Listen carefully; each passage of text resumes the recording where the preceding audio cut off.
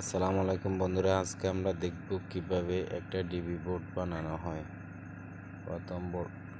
প্রথম পর্বতে দেওয়া হয়েছিল আমাদের যে বোর্ডগুলা বানানোর পরে এভাবে ওয়েল্ডিং করে পরিপূর্ণ করা হয়, তারপরে রঙে ফাটানো হওয়ার পরে রং থেকে আসার পরে এভাবে আমরা বাঁশবারগুলো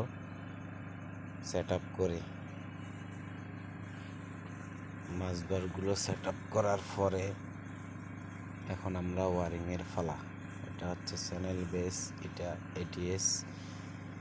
এটিএস বানাবো আমরা। আজকে এটিএসের কানেকশানগুলো দেখব, কিভাবে এটিএস কানেকশান করা হয়।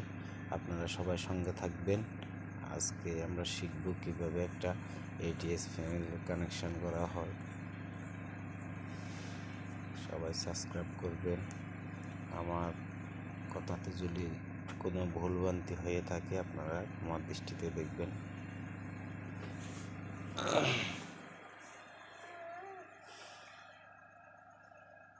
এগুলো হচ্ছে ম্যাগনেটিক কন্ট্যাক্ট, এগুলো আমরা সেট আপ করছি, এগুলোর ওয়ারিং চলতেছে। আমরা ধীরে ধীরে দেখব কীভাবে একটা এটিএস প্যানেল শুরু থেকে শেষ পর্যন্ত বানানো হয়। পরের ভিডিওতে আসবে কিভাবে আমরা এই ডিবিগুলো কানেকশান করব।